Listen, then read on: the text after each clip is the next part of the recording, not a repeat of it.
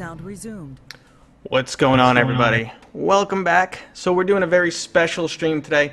We're doing a developer live stream with Kier Myron. He's one of the developers from Darkest Dungeon. I'm very excited for this because if you guys watch the stream, you know that this is one of my favorite games to play. So how you doing, Kier? Welcome to the stream. I'm doing great. Thank you for having me. Feed me some pixels. All right. That's what I like to hear. That's perfect. So, for the people wondering what's the audio in the background, right now at the moment we have some of the original soundtrack from the Darkest Dungeon running. And guys, if there's any level issues with the audio, it looks good to me, but if there's any issues on your side, you let me know and we'll straighten it all out. The bot is disabled for today's stream because we got a developer here. The focus is going to be on the developer. And so the focus is going to be on the developer, and I'm going to watch the chat, see if there's any cool questions that come up. And I'm going to be playing the game nonchalantly, which will probably get me killed. But anyway, how you doing, Kier? Welcome once again. I'm doing good. I like the really old wallpaper. Oh, yes, that's one of the original wallpapers. And I gotta say, I'm so frustrated I couldn't duplicate the same font. That font you guys use is a paid font. I believe it's Dwarven Axe BB is the name of the font. And that sounds about right. I was so frustrated I couldn't get a matching font. My alignment's slightly off too, but you know what? We got this set up. I got this set up right before I went to bed. All right, so I'm gonna go jump right into questions. I believe it's Dwarven Axe BB is the name of the font, and that sounds about right. I was so frustrated I couldn't get a matching font. My alignment's slightly off too, but you know what? We got this set up. I got this set up right before I went to bed. All right, so I'm going to go jump right into questions. I'm going to start up the game though, so we can start checking out the new patch. You guys just released the Cove. How'd that go? It went. I mean, it's probably our biggest update, so it was kind of the biggest amount of content and code change that we pushed live. So it didn't necessarily go completely smooth, but we've ironed out hopefully most of the issues by now. I did see. Yeah, I did see a secondary patch come through, a small patch afterwards. So well, we did 2 patches the day we released. Okay, we did another 2 patches yesterday. So it was the biggest. So I did read through the all the release notes to see what was in there, because what has happened to me in the past with this game is I've been caught with my pants down. Thank you for the follow. If follow alerts become crazy during the stream, I'm going to disable them too, because and now they keep rushing in. But you know, so I've been caught with my pants down with this game.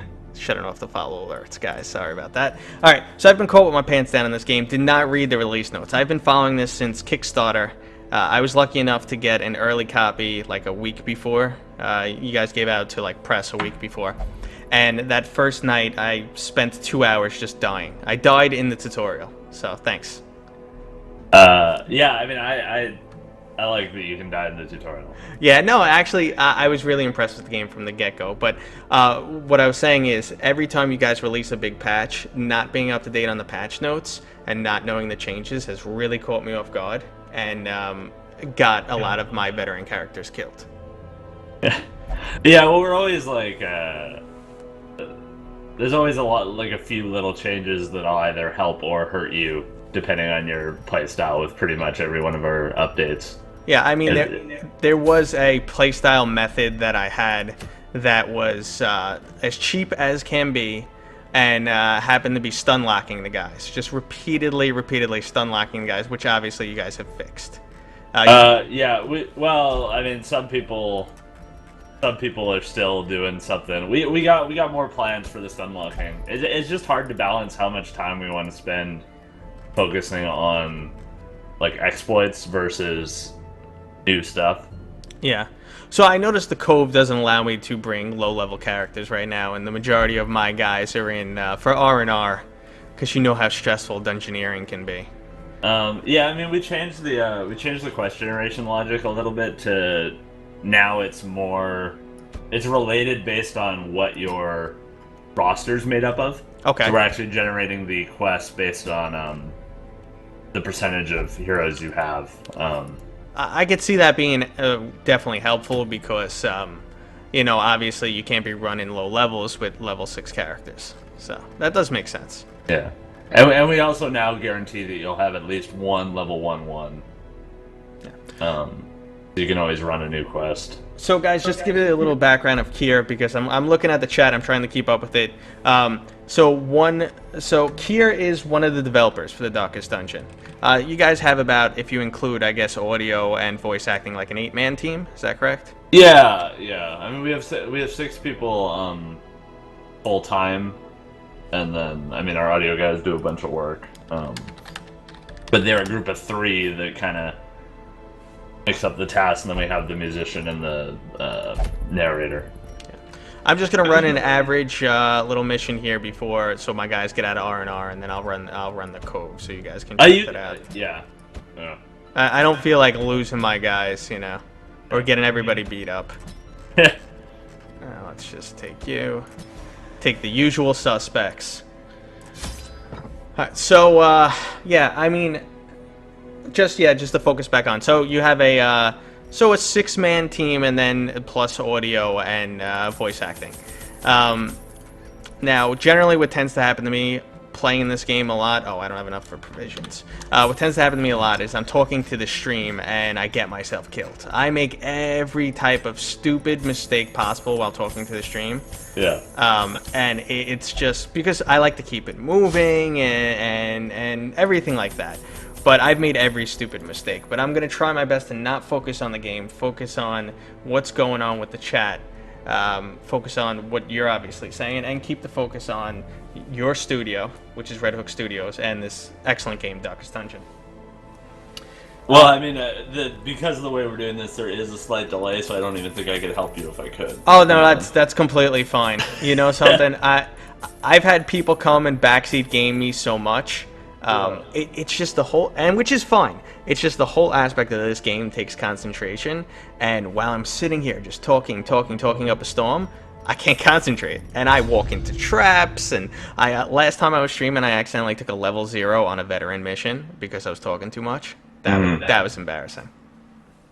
But so your 6 to 8 man team here. So I noticed that originally I was talking to Chris, who is the is it fair to say he's the project lead, or at least the art Yeah, lead? I mean it's kind of co-led by him and Tyler. Yeah, and I was looking at the whole team. It looks like basically you guys met each other on separate projects. Yeah, we've met. It's kind of it's a group of people who at least know somebody else on the team. Yeah, like everybody's kind of you guys with have one person before. Yeah, and now people love to talk about the art style of this game, and like it definitely stands out. The art is absolutely amazing in this game. I know Chris has worked on like lots of animations, cartoons, and stuff like that, and it shows. It absolutely shows. Now, correct me if I'm wrong here. I just walked into a trap. Did you add something to the art to give it a little bit of depth? Because I've never noticed this before. There's like chains and skulls. Yeah, that's new for the update. Chris Yeah. really hates himself, so he decided he wanted to draw foreground art for all the different dungeons. I have to say, it looks phenomenal. Yeah, well, he really likes he loves drawing, so. Now, so you guys are a new studio from 2013, and this is your only title, correct? Yeah, I mean, as a group, this is the first game we worked on together. But yeah, we've all worked on more games. Like we've worked on lots of games before, individually or with other members of the team, in a variety of platforms. And like some of us have done indie games before, some of us have done mobile, and some of us have done canceled AAA. It's kind of I've actually looked into the what you guys did in the background. I could see the connection of how you guys met. And but the whole team is veterans. You know, the team is clearly veterans. I you know, not to call you out, but you're almost like the lowest man on the totem pole there, and you have over 5 years experience, right? Yeah, I mean, I'm the least experienced on the team with 5 or 6 years, depending on how you count school, of experience. So I really like being in.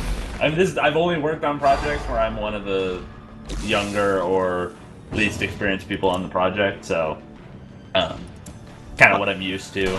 Well, that'll change eventually as you keep working at it, obviously. Yeah. Now I gotta say though, like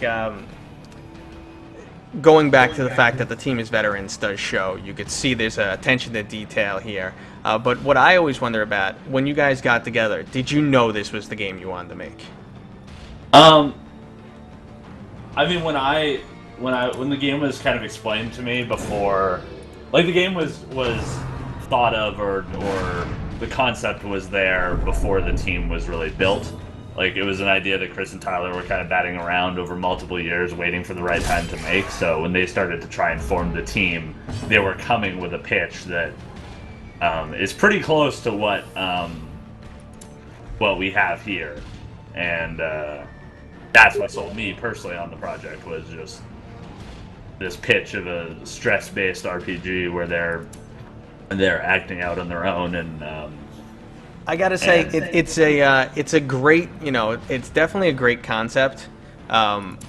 In this, in where the industry is now, and to think about how do you compete against AAA titles, like how do you compete against the Witcher 3s and the Metal Gear Solid, and how to be inventive and bring new stuff to the table. This game definitely brought it. Turn-based, I wouldn't say is everyone's favorite. I wouldn't say that's the most common, but you guys definitely pulled it off. And now my question is though, like roguelike. Did you know right off the bat you wanted to be an unforgiving roguelike, or was that like discussed like for a long time and finally people said yes, that's what we're gonna do? I mean, it was always pitched as procedurally generated this and very difficult that, and hard choices were a core part of the design. So, I mean, it's always been there. I mean, also it's with us. We're not like a pure roguelike. I know there's some purists out there that have different rules. We definitely have a lot of roguelike elements. I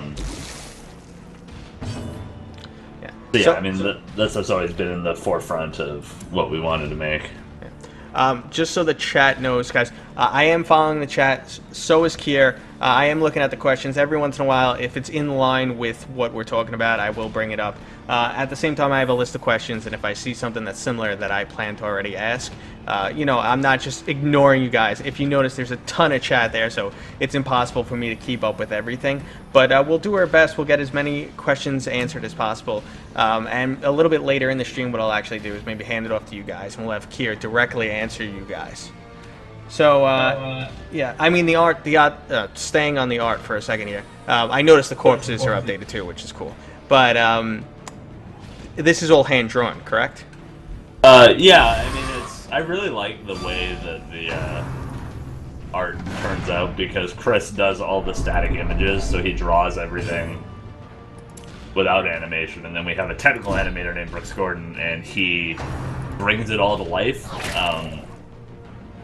The animation's probably my favorite part of how the game looks, just because it's kind of in between what a traditional Flash animation would be and what a traditional like frame-by-frame animation would be, and it's kind of in the middle. And it definitely works. It undeniably works. I mean, if you sit there and focus on it so much, you'd be like, okay, that's static. There's very little animation to some segments, but it works. Like, unless you really focus on that. These little like lunge attack that just went across the screen right there. I mean, it's basically a static image, but you guys really pull it off. It definitely works. And we wanted to limit like how much, like if we want to do a new skill, how much work is it going to be on the art side, right? Like if we really need another skill on a hero, do we want to have to draw a completely unique thing, or do we want to be able to reuse some? Those were definitely considerations in what we wanted to do. Well, yeah, obviously, I mean, that's going to be something that, at the end of the day, you guys, even though you're working on something you love, you still, you're going to look to make money off of this, and that actually is a great segue into the whole Kickstarter conversation. So this game was a Kickstarter project. How did that process go? It went really well. Everything kind of like lined up. Maintain the offensive. We ended up getting a pretty positive coverage for the first week of our Kickstarter, which really, I think, cemented us being funded. Yeah, I gotta say, I think when I went to check you guys out on Kickstarter, you were already past fully funded. I know you guys were only asking for like $75,000, I believe. And you ended up making like 300 plus? Yeah. How'd that work out for you? I mean, that allowed you to do a lot more than you expected, or? Yeah, I mean, it allowed us to, Singular purpose. but I mean, we reinvested most of it into development and contracting and marketing and being able to try and put the best foot forward, go to a couple shows, kind of take that pressure off. Yeah, I mean, obviously, this is your... I don't know how I am missing every trap right now. hazards. But, so this is... Obviously, this is full-time for you guys. This is your main project. So at the end of the day, this has to work out for you guys? Or it's gonna hurt?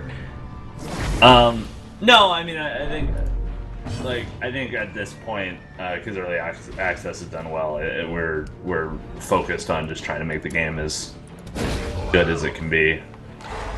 And that's another perfect question that's on my list. Is actually, how is the Steam's early access project been? You know, how's working in early access been? It's good. Yeah, especially like the Steam platform lets us push builds relatively quickly. Like we can push a build in, let's say, 20 minutes and have it live out there. As well as we also can have multiple branches and kind of have like a test branch for people if we need to sort something out for them. But yeah, I mean, it's been great. It's nice to be able to like go through development with the community and kind of have test things out with them, like see how they're responding to different development choices we're making, and kind of that actually leads to exactly where we are today, because that's how this whole interview came about. I'm gonna assume it was Chris, but I don't know who it was. They were actually on the Red Hook Studio Twitch account, and they came onto my stream a week or so ago, and we started having a little conversation back and forth. And I said, you know, I would love to have you guys on for an interview. And, you know, whoever it was said, absolutely make it happen. Just email us. And here we are. So I mean, that's also, like, having the streamers, like, especially when we launched, we did a big kind of streaming, try to get as many streamers to go as possible. And it was great just to be able to fire up the game and watch people play. And just be like, oh, there's a bug, go fix it. Like, just having basically QA that we can watch at any time. Yeah, it's almost an unlimited source of information for you guys. Yeah. I know throughout development, one of the things, and we touched on this slightly, has been balance. And I know balance is always going to be an issue for you guys, but how's that progress going? I mean, it's constant. Like, Tyler is constantly tweaking things in regards to the items, heroes, and enemies. And also, it's tough. Like, everything not being done, that definitely makes it more difficult. I mean, I can't really speak too much on balancing, because that's mostly something Tyler does. Yeah. But I mean, we also have the end game. Like, we have other stuff. Like, all the bosses need to feel relatively balanced, and we're adding new bosses. Like, we added new bosses this update, so I mean, it's definitely a little bit more difficult in early access, but having people there and seeing what they're using and stuff like that also helps, and seeing what they are talking about on the forums as far as strategy definitely, I think. Yeah, I know you ran into the issues with corpses and heart attacks. I know you guys got some feedback. You know, I'd say a decent amount negative. Feedback on the corpses and heart attacks. I have to say, I'm completely cool with the choice. You know, actually, I have heart attacks turned off right now, but I'll tell you why. Because, like I said, I was not keeping up with the devlog, and I jumped on the game. I saw there was an update, didn't read what was in there, and like I said, I tend to make a ton of silly mistakes while streaming this game. And one of them was, you know, I was just clicking, and the pop-up information regarding heart attacks came up, but I just clicked through, totally didn't even see it, and I lost a couple characters to heart attacks, and I was kicking myself. I was kicking myself so hard, I was so frustrated, and I could understand, you know, it's my own fault, you know, I can't blame you guys. You had the nice pop-up warning, but I don't know, it's just one of those things. So I can understand that you're going to do one thing and you're going to upset people. That's unavoidable. But From my experience, this game is much more balanced than obviously when when early access first started. Yeah, I mean we've changed, like even with this build, we changed slightly how damage works. Like yeah, yeah, like we're still like nothing's really off the table for changing, and Give them no quarter. but I always notice that not only do you do game fixes with every type of patch, not only do you do game fixes, but you guys are always adding like a nice specialty touch, like the foreground art. I see the corpses have been updated. These are things that aren't necessary. It's just they make the game better, and that's great to see. And I could sit here. I could just sit here and get lost on the art style for forever, because it really is that impressive. Yeah, thank you. It's also like some things, depending on how development's going, different, for lack of a better term, departments can be ahead or behind, right? So that usually influences what type of that stuff gets in. Like with narration, we've enabled the audio guys to basically add if they want to add new lines to existing events, like they can do that by themselves. So. And that's great. And these guys, they have the free time. A lot of times, when you're working on projects like this too, people get inspired, and they're just like, yeah, I want to make this better. And you see that, and that always shows. That's when development is done right, and it's not some forced out by the publishers. This has got to get done project. This is the way it should be. And this is why over years I've had so much respect for indie games, because they're not beholden, the way other companies are, AAA companies. They could kind of do whatever they want. If you tried to pitch to a publishing company, we're making a turn-based game with no multiplayer, they would be like, okay, go away. Yeah, I mean it's definitely not having that layer of another person we need to get approval of. Definitely lets us be a lot more nimble on what we're doing with the game in early access. Now, I've worked at bigger companies where you gotta go talk to your head, and then they gotta go talk to another head, and then it's gotta like get bounced around, and it can add a lot of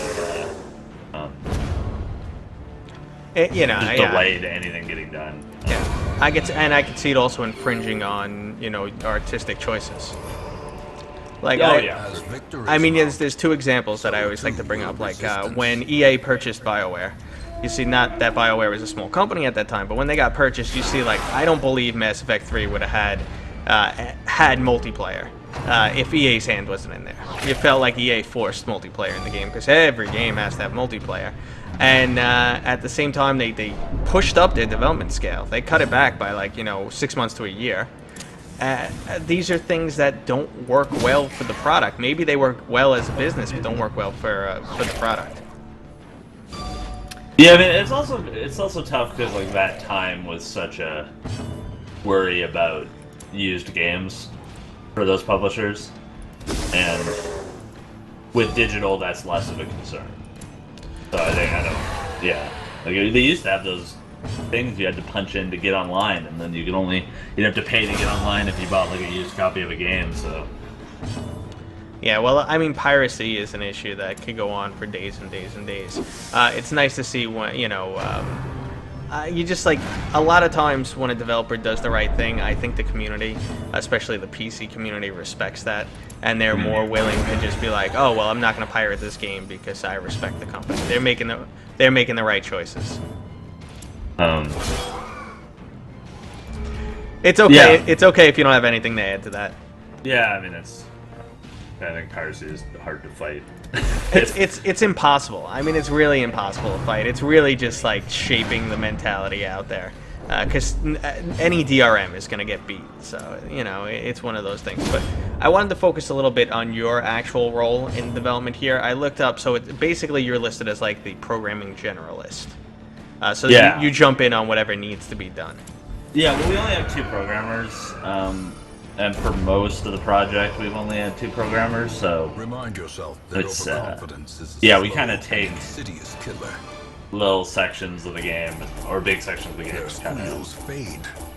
Focus on that, because usually it's better for you to work on the systems that you wrote than try and get into somebody else's code and try and fix stuff. I mean, you still should be able to do that, but the person who wrote the original system is probably going to make less bugs than.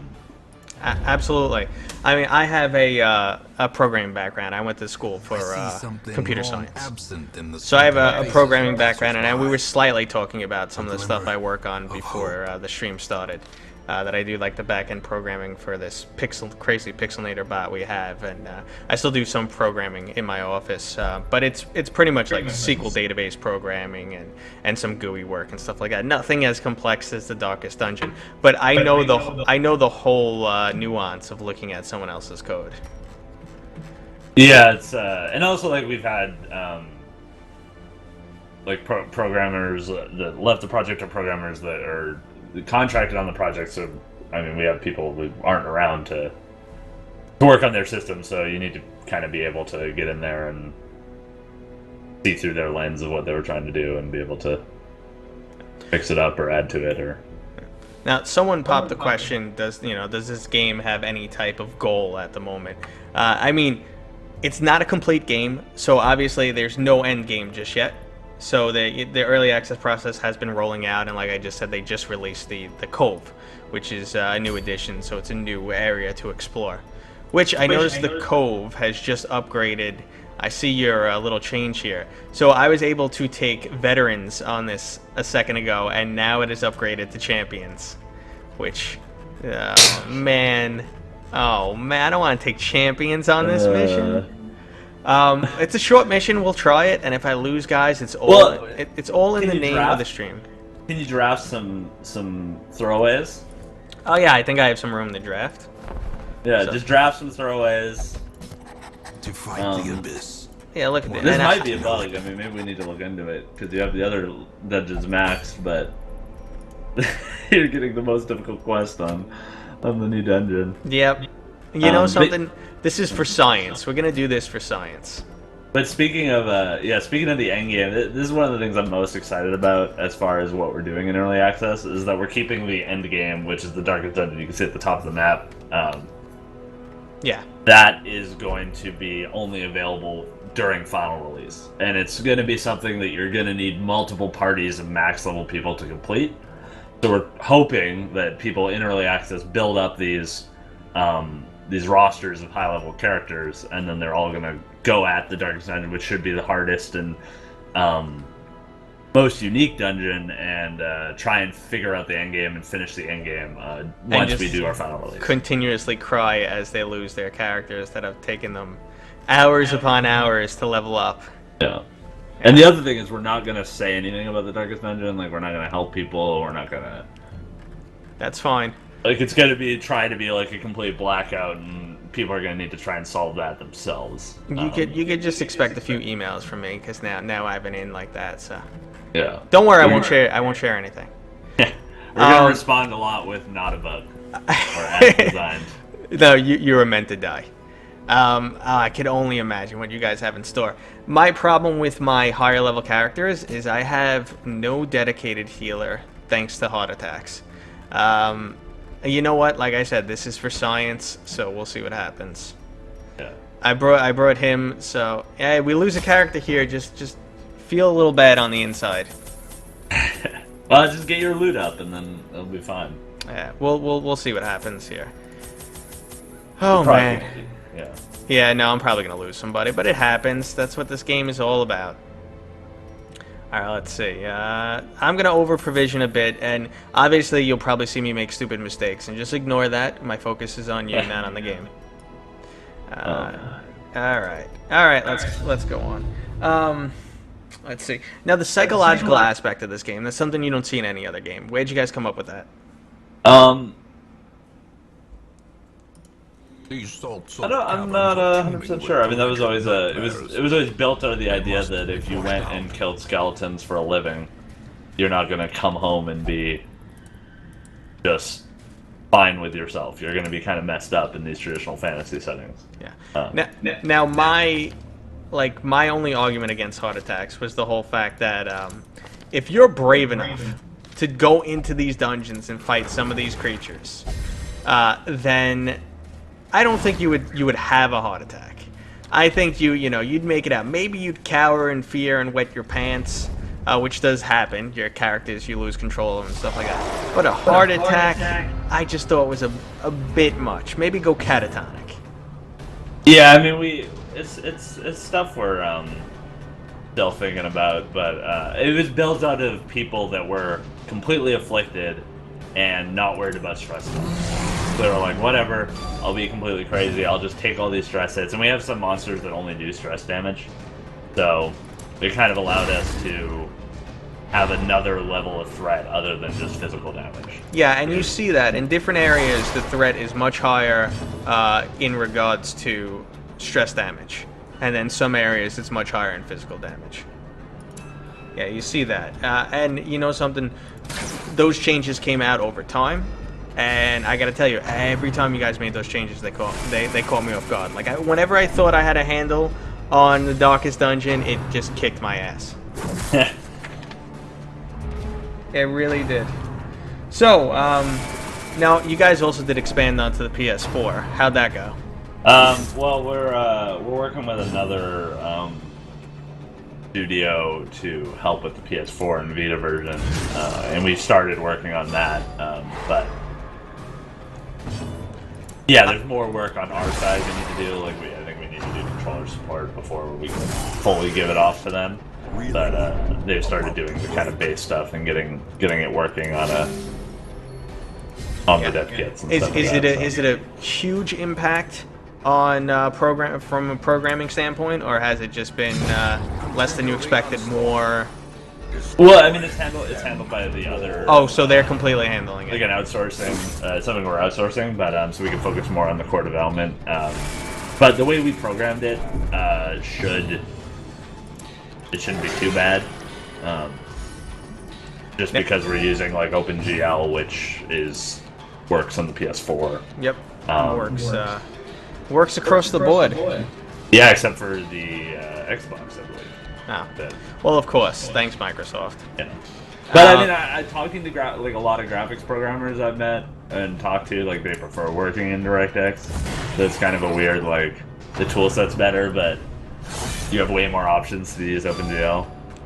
But I've only really worked with OpenGL since school. That's all the games I've done have been that. So some of the research I've done, obviously seems similar. Like, especially with DirectX 12 coming out, it looks like the tool set is much better for developers. But Valve likes to focus on the fact that OpenGL, I think the new OpenGL is being called Vulkan. I could be wrong there, but they like to focus on the fact that Vulkan is cross-platform. Covers everything, and it makes more sense. But I've always felt that DirectX is the better product. Yeah, I mean, Vulkan. I went to a talk on Vulkan at GDC, and the stuff that to really optimize or to really use that stuff will kind of require a more new way of doing like graphics programming. Not completely new, like some people might already be there, but more like you need to start getting on multiple threads, and you need to start making it graphics something that can scale, and then you have more bandwidth, be able to do more graphics processing, and more like unlock frame rates and stuff like that. So I think it might not necessarily work for every game, but if new games that use it and use it well will look cool and maybe scale up to 4K nicer and kind of do all that stuff. Basically, that's what I've read too, research-wise. You'll have a lot, it's a lot closer to low-level access, or full low-level access like some of the consoles have. And basically, they could pull out as much as they do, surprisingly, on the consoles, because they have that low-level access. They could run like they're not hitting 1080 all the time, but they can run nice-looking games, get them to look nice on pretty much potatoes. So that's impressive. Yeah. Yeah, but it definitely like the game definitely will dictate how well it'll look. It might not necessarily work for some games the way they're done. They're done in a more traditional method. Now, do you guys have any concept of when your full release date's gonna be? We're trying for end of this year. End of this year, that's the plan? Yeah, that's the current plan. That would be a nice Christmas present. Yeah, it'll definitely be in the Christmas season if it is. So, but that's what we're trying to do, and we're doing our best to get there. And that's pretty much left is, you know, obviously balancing is a ongoing act, but it's pretty much just the last remaining dungeon. Is that it, or is there? Yeah, something... I mean the last dungeon is what we would need to say, like, okay, this is a completed product. But what'll probably happen is we'll probably add stuff after. Like, we'll probably say we're in final release and then add to it afterwards. But like the good developers you guys are. yeah, because early access is really as long as we say it's early access. Like, there's not really a which is one of those things that actually people that's up in the air that people tend to complain about with early access. You know, a developer isn't forced to fully release their game, or even, you know, release it at all. They could just leave it in early access for 100 years, which is like Gmail. I guess, yeah. I mean, again, you could say the same about any other product that's out there, because they're always being updated. You know, this one just happens to be labeled. But when you see something like certain games say, okay, we're gonna add this, and this feature by our early access, and then they you know, ditch before they get even close to what they promised. Obviously, Yeah, I don't it's a expect shame that from when you that guys. happens, but yeah, I mean it's a tough situation. I don't think people really want to abandon their games. Yeah, We're definitely not going to. So I would, you know, I doubt you guys would. Obviously, this game is super successful. It's going great. I have to stop and comment on the this new dungeon. The whale? It's awesome. The cove that is whale awesome. background's my favorite of the whole dungeon. The whale is what actually got me to stop. Again, in this game, I am so scared to click anything. Like, I pretty much am prudent all the time and never click anything, because you guys just know how to wreck my day. But have you looked at the buff you got from that first curio? I'm sorry, what was that? Did you look at the buff? Like, you got a buff on the first curio, like. Yeah, I did because I saw it, and I was like, is this a trap? And obviously I should have looked at my map to see if it was revealed on the map, but concentration and focus not present right now. But it's one of those things where, like, it's, you know, I'm still scared no matter what, even if it's I don't know. I just feel like more often than not this game really kicks my butt.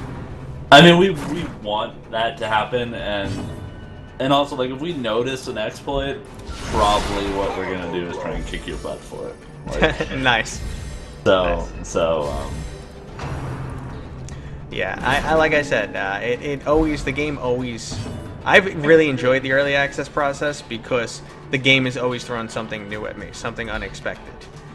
You know, I played the game, and then I'm like, oh, I got this game down. Like, I had like 100,000 gold, and I had like 10 level 6 characters, and you'll see my roster now is completely empty. And it's a sin. And most of them died through the heart attacks. And it's, you know, it's just like, oh, every time I come back. So I've really enjoyed the whole early access process. I would find some type of, I wouldn't say huge exploits, but minimal exploit. Like I said, I used to stun lock everyone I found. Right now, you know, I stun, as long as I have 50% chance, I will make the stun attempt. But, you know, because I like to play the odds. Yeah. But it's, you know, you've definitely cleaned out that exploit. Yeah, it's I mean, early access is kind of, it's good if you want to see weird fringes, right? Like, if you want to end up with too many of the trinket, or if you want to end up with, like, the guy is easier to level. Like, early access is great for that, because we're going to be constantly tweaking things and balance passes and adding stuff, so it's kind of a... It's also a great time to be, like, part of the development. I feel like a lot of times, if you love a game and want to be there from the start and see it grow, I always feel like that's the only time you should really get involved in early access, because sometimes early access can be a letdown. You know, some people are not, especially like younger kids, would be like, oh, there's a lot of buzz about this game, you know, I gotta go check it out, and they don't get the whole concept of early access, especially when they're like early access alphas. And, you know, before you know it, they're like, oh, this game's terrible, which is horrible to see, because the game is so early in development. Yeah. Well, it's also like, I mean, we're not like one of the most interesting things about the PAX Prime we went to is people who'd show up and say, "Oh," like I'd be like, "Oh, have you played the game?" They say, "Oh yeah, like 100 hours," and that's a lot. And they'd sit down and they haven't played since we added new classes. So like they just burned through as much as they could at the very start of development, and then they haven't seen it since. So. And you know something? I gotta say, like, I mean, I don't have that much free time. I cover a lot of titles, do a lot of work for Feed Me Pixels. Oh, I see that character. That character is operating guard. That's new. Yeah. So, but when this game first came out, that's something that stood out to me was this was a shining example of both Kickstarter and early access. The game was completely playable. Yes, there were balance issues. But, I mean, it was completely playable. I've never had a crash in this game. I've never had anything break on me. I'm sure there were a few, bugs here and there that might have did that for some people, but not me. And it's just been a shining example of what early access should be, because you guys can use it and get all the feedback you need. Everyone else can sit there and enjoy the game. And, you guys could also get a little revenue stream coming in at the time while you're working on it. It's, yeah, I mean, it's really good on the development side because there's not a huge amount of, like, pressure on the updates. So we can kind of iron through all the problems and crashes, and we're trying to maintain, especially me personally, like, I'm trying to maintain that the saves carry through this whole development process. Like, I've hand-fixed, like, 80 of them. And I can imagine that's one of the things where, like, because I was, early access. The Forest is another title I got a little bit earlier than early access for everybody else. I've been following it since day one, and every once in a while I'll come back to it, and it breaks my save. And when you spend 20, 30 hours building a base and come back to it, and your save is broken, it's horrible. I mean, it's horrible. But of course, like we added Steam Cloud support during early access, and there's just still a bit of like, oh, I played the game in February and now I'm coming back and it doesn't sync, and we have some workarounds for it and some fixes we can do, but it's like it would ideally be better to hold everything and then release it at once, but we wouldn't find all the problems. So hopefully this will make the final release, like the whole early access process should make the final release better than if we just held it. I agree. I think it's definitely working out. It worked out in your favor, especially a game like this that needs so many balancing tweaks. One thing I did notice that I would consider a bug. So this character in the background, one of these new guys, this champion in the background, he activated guard on the cultist, but he was stunned. Yet he was still able to operate his guard. Now, That's a good point. Yeah.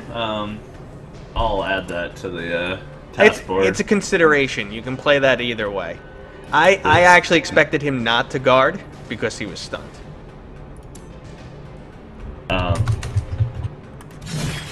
I did notice you guys fixed the whole auto-surprised on Nightmare Ambush, which I've seen that bug, because what happened to me was I got Nightmare Ambush and surprised the enemy, and I was laughing. Like, how did that happen? So I did see that was fixed. Man, I looked into that. It was probably the internal build, but we were playing with, like, it was only ever, like, a 10% chance that monster surprise would happen. This is, I think, only on the internal development build, and we had that bug for a while and found it, so there might be more monster surprises now. There might be more. Yeah. Oh, this guy's got such high protection. I'm sitting here wondering why we're doing no damage to him, but his protection level is so high. I'm currently holding my own. It's really slow going. I'm trying to focus on both you and the game, but it's going pretty well. Well, I think you get like more resolve XP for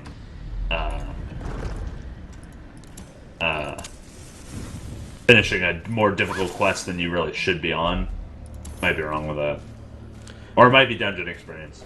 Now, if I was to just sit here and just like idle on this screen, not in a fight, I don't know what these characters are going to do to me. I'm a little scared. If I was to just sit here and idle on this screen, outside of combat, will the light go down? I've never tried it because I don't want to burn my. No. Everything's based off turns. Okay. And each step on the map, like each little square, is a turn, not including the door, I think. In a single strike. So, yeah, no, it's it could operate completely as like a turn-based game. It's just the visuals that are. Okay. Yeah, I know. I've wondered.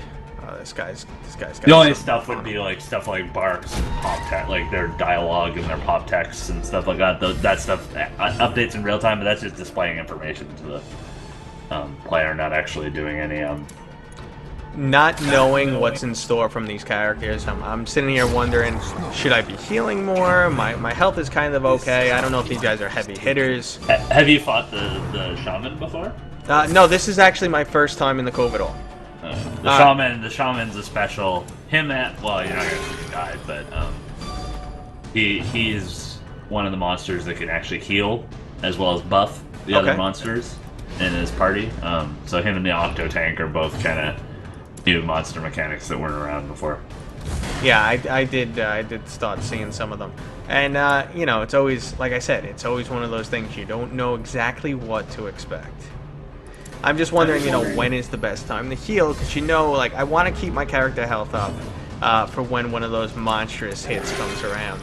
But I don't know if, you know, it's always that battle of attrition.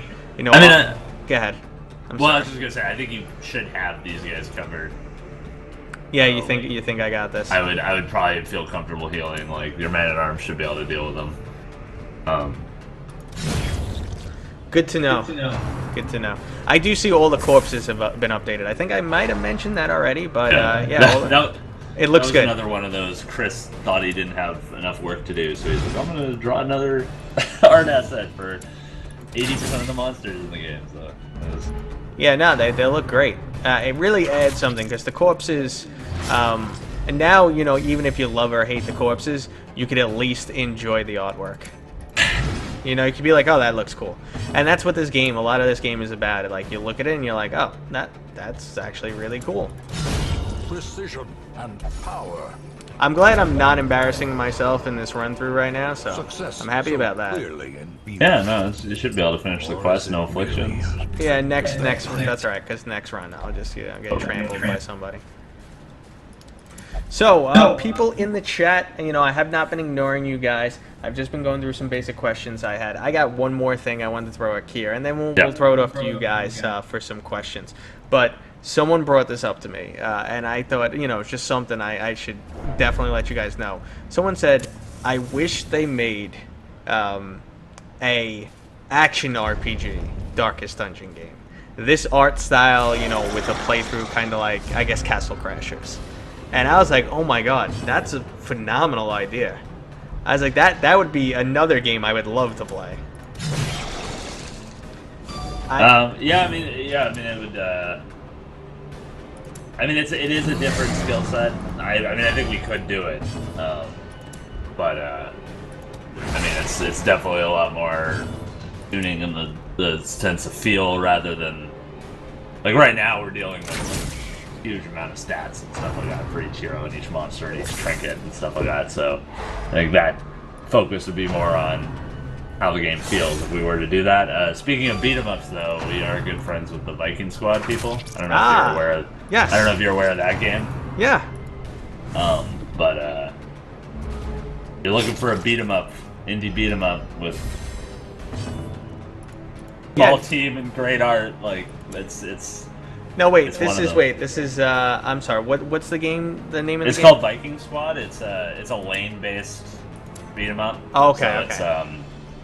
I was you basically commit to a different lane, so it The tries to ground solve the weird quakes. problem of you don't know how far up the screen you are when you're attacking, so you might miss people. They're trying to solve that by locking you to one of, I believe, 5 lanes.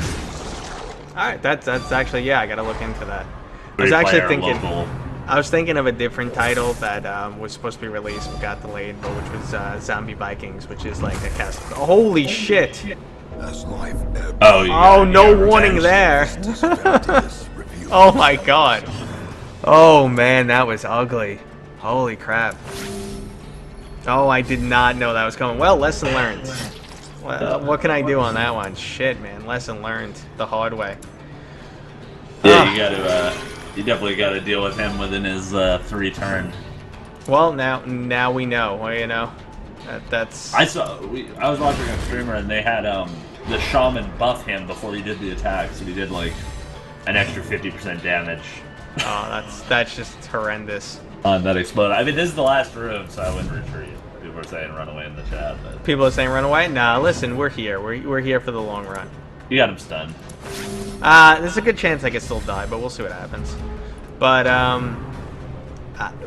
we're in it, and that's one of these things this game makes me always do. I'm like, I know I should run away right now. No, I'm here to do it. All right, so this guy's guarding that guy. That's fine. But I have, I've been critting with my heal every once in a while, and I can't believe how effective the occultist heal can be. Like I just did a crit heal for 46, and that almost feels like a bug to me. I mean, it's what's your bleed resistance, right? Like the Hellion should have high bleed resistance if you look in their character panel by right-clicking, right? So Yeah. So. It's just one of those things where I'm like, whoa, those are some crits there. All right, let's get a few more heals going around here, so I feel a little bit more comfortable, and then we'll finish these guys off. It's definitely a lot more risky in the early game when he's only healing like 10 or so. In the early game, he's like, you never want to use him at all as a healer. That's basically how it feels, because it's just like, okay, he'll heal 1 point of damage and do 5 in bleed. Thanks. Yeah, I mean, if you're running like bleed resistant tanks, you're running like the Warrens or something where you have a higher chance of bleed, I think it can work out. Yeah. And there is a lot of stat optimization I can do, but like I said, I'm always like playing nonchalantly and talking to the chat and making stupid mistakes. But yeah, this is a game where you can really sit there, stat optimize, and like kick some serious butt. Which I think to the point where sometimes you need to do it in order to be successful in this game. Yeah, especially in the early game, like you can definitely like there's trinkets that have speed debuffs, and your hero might not have any speed when they first start out. Like they're one of the slower characters, like the Crusader, so you can kind of min-max that because you can know that the speed won't go below 0, and there's a bunch of little kind of not exploits, but min-maxes that you can accomplish. And, I always get frustrated with the fact that like there's always like a negative effect associated with items. I'm like, oh man, can't they just all be positive? But I get it. It goes in line with this game. It makes perfect sense. Like I said, I totally get it. But I just wish, and always, like I'm always rushing on the stream. Don't want to push it through too fast. Excuse me, I don't want to just have people watching me go through my inventory. I think that's boring. I think it ruins the stream. So, like, I don't go through my inventory, and it's pretty much the only time I get to play. So, I have just, like, if you noticed earlier, I have, like, tons and tons of items that I never use. yeah, I mean, it's I don't know, like, all that stuff, I think a lot of it works for the streaming and works against it, because you can have, like, some streamers that really, like min-max and kind of maximize every single thing they're doing, and then you have some people who are just winging it. But they can always take a break and stop, and the action's not going to move forward. Yeah, you know what? I try and get that stuff done on my off hours, but my off hours don't exist. But so guys, I'm gonna finish this fight up right now. We're gonna pop out. We're gonna start running a giveaway for you guys. And during that time, we'll let Kier, if you see anything comes up in the chat that you think is worth answering, you go for it. Oh man, there's one more fight left. It doesn't matter. I don't have the time. I gotta start running the giveaway here. So let's do that. So you feel free if you see anything pops up, guys. Now's the time. Junior BMF asked if stun resistance works against the duration of the stun, but it just works against whether the stun hit or not. If you do crit like a bleed or a blight, there's a slight chance that the duration will increase. It seems like that's kind of on the same I'm topic. Setting up this giveaway for everybody. So guys, the giveaway keyword is going to be darkest. So if you want to get in on this giveaway, keyword is darkest. Alright, so we'll let people type on that. Let me get it up on the screen so people can see the awesome art of this game. Somebody asking if there would be a co-op mode. We don't have anything planned at this moment. Was it ever a consideration? I'm sure like you guys thought about it. We thought about it. But I mean, who knows what the future will partake. I mean, it's not something we're planning for the final release of the game, but I mean, we're open to a lot of things, but not willing to commit because we don't know what other cool stuff we'll want to do. Yeah, you never know what open on. Now, this is the only project on your plate right now. You guys haven't decided what your next project's gonna be, right? All focus. Yeah, is I mean, going we here. have too much we want to do with this to even think about that. So Let me shut off my follower alerts again because they're getting really aggressive. I appreciate everyone following the channel. That's great. We try and do a lot of cool things here at Feed Me Pixels. We, really happy that developers from the Darkest Dungeon were kind enough to join our humble stream.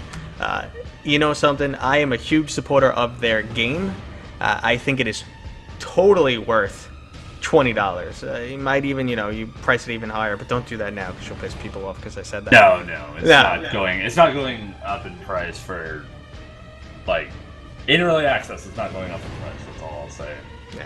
But it's a fantastic game. I pumped 60 plus hours into it, and for someone with my schedule, that's berserk because I have to cover other titles. I do reviews. I'm setting up interviews for all you guys, and for me to squeeze out 60 hours into a single game it's something that doesn't happen very often. So yeah, it's a great game. The feedback on Steam actually says it too. They have a 87% positive rating with over 7,000 reviews. So everyone is liking this game just like me. So it's good to hear. I mean, the user reviews are kind of the only reviews we have right now because it's done, so we don't have any like Metacritic reviews. So it's care a lot about those user reviews. I mean, has that had a big impact for you guys? The reviews or the streaming? How has that been for you guys?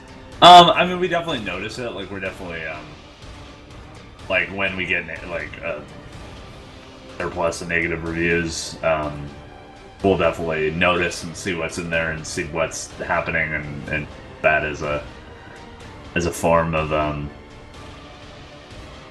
or as like a hey, this might be something we want to work on. So well, and the we're stream- coming up. We're coming up towards the end of this stream here. I'm actually sad I only had an hour with you. This is the only available time I have at this period. But if you guys ever have another patch coming out, like a big patch right before your main release, you guys feel free to reach out to Feed Me Pixels again. I would love to have you on again or anyone else from the team. This was a great experience for me. I hope you enjoyed it just as much. And I think we're going to go right into rolling that winner. I actually, like I told you, this is my actual job, lunch break. The people watching the stream, all the viewers know that. So that's why I didn't dress up for you. I dressed up because I'm at work. And I got to run back to work. So we're going to give away this key. We're going to thank Kier for joining. And then I'm going to hand it off to one of our other streamers. His name is Joe, a.k.a. Unbreakable. He's going to take over. We're going to put the bot back on for you guys. You guys can shoot some rockets at Joe. You guys can have a good time. You can check your pixels with Pixelnator and all that stuff. So let's roll this winner right now, guys. All right. Zuru Sona. Zuru Sona is actually fairly regular. I've seen them on the channel a bunch of times. I just want to make sure you're actually here watching live. You are a follower. We appreciate that. Thank you very much. If you could just sound off, let me know you're here watching live, and I'll send you that key. Alright, let's give him some time. Again, Kira, a huge thank you. Good luck to you with all your future progress in this game. Like I said, keep Feed Me Pixels in mind. You guys have a new patch, new update, want some publicity. That's what we do here. We get developers on, we review games, we pretty much get some buzz about stuff we like. We want people to be able to trust us. Like, the Feed Me Pixels guys were playing that game. They like it. They showed it off. They talked about why they like it, what's good about it. We can trust them. And that's what we're working on right now with the community. So keep us in mind for the future. Will do. All right. So Zuru has sounded off. They are there. I'm going to send that key. I'm going to say goodbye to Kier. And thanks, everybody, for joining. Have a great day. Kier, it was nice talking to you, man. I'm going to exit out of chat right now, and I'll send you a little follow-up email. I'll talk to you soon. Sounds good. All right. Bye, guys. Disconnected.